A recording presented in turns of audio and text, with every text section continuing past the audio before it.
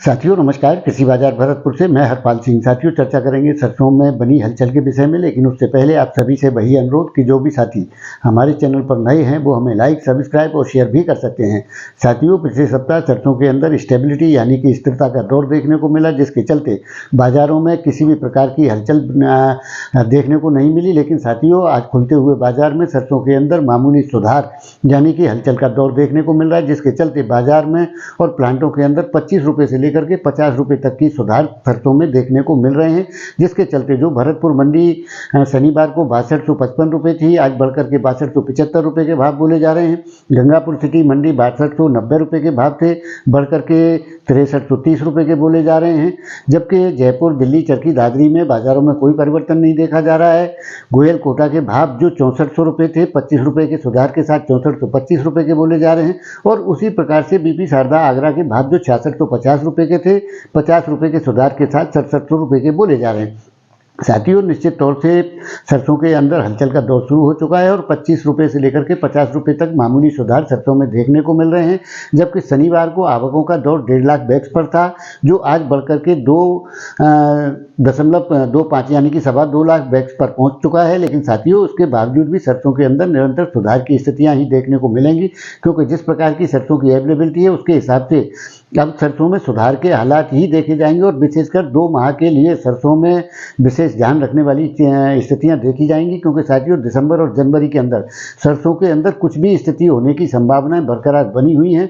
क्योंकि जिस प्रकार से सरकार नाफेड के द्वारा आपूर्ति को तय कर रही है, उसी प्रकार से जो आवकें हैं वो 1.5 लाख बैग्स पर आकर के यानी कि निचले स्तर तक आ चुकी हैं। और आने वाले दौर के अंदर आवकों की स्थितियां घटेंगी ही।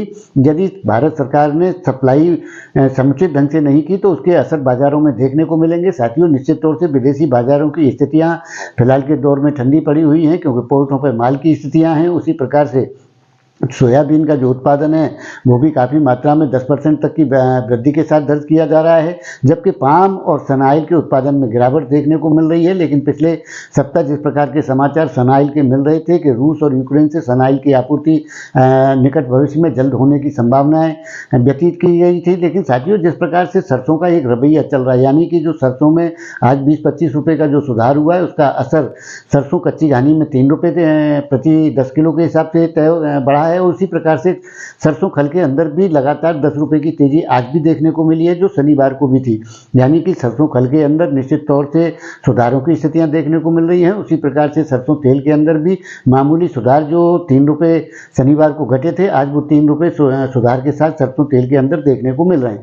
साथियों निश्चित तौर से निचला स्तर सरसों का चल रहा है। इसमें कोई बड़ी हलचल या किसी नरमी जैसी स्थितियां तो निकट भविष्य में प्रतीत नहीं होती हैं। लेकिन आने वाले 2 माह सरसों के लिए बेहद खास होने वाले हैं, क्योंकि साथियों अवेलेबिलिटी का निश्चित तौर से अभाव है, क्योंकि अच्छे मालों का तो पहले ही अभाव चल रहा था। और फिलहाल के दौर में जिस प्रकार से आवकों का दौर निचले स्तर पर आया है, उससे नहीं लगता है कि सरसों की आपूर्ति सुगम बनी रह सकती है। क्योंकि आने वाला जो सीजन है वो बड़ी खपत मांग का है। शादी के अलावा सर्दी का सीजन है, जिसमें पाम की सप्लाई पहले ही कमजोर हो जाती है। उसका स्थान तो सोया ने ले लिया है। लेकिन साथियों जिस प्रकार से सनाइल की उपलब्धता बढ़ेगी तो अन्य खाद्य तेलों में नरमी या बराबर इसी स्तर में चलने की संभावनाएं ज़्यादा बनी रहेंगी। जबकि सरसों के तेल के अंदर या सरसों के अंदर निश्चित तौर से 2 महीने के लिए सुधारात्मक स्थितियां ही देखने को मिलेंगी। किसी बड़ी गिरावट की आशंका फिलहाल के दौर में सरसों के अंदर बिल्कुल भी नहीं है।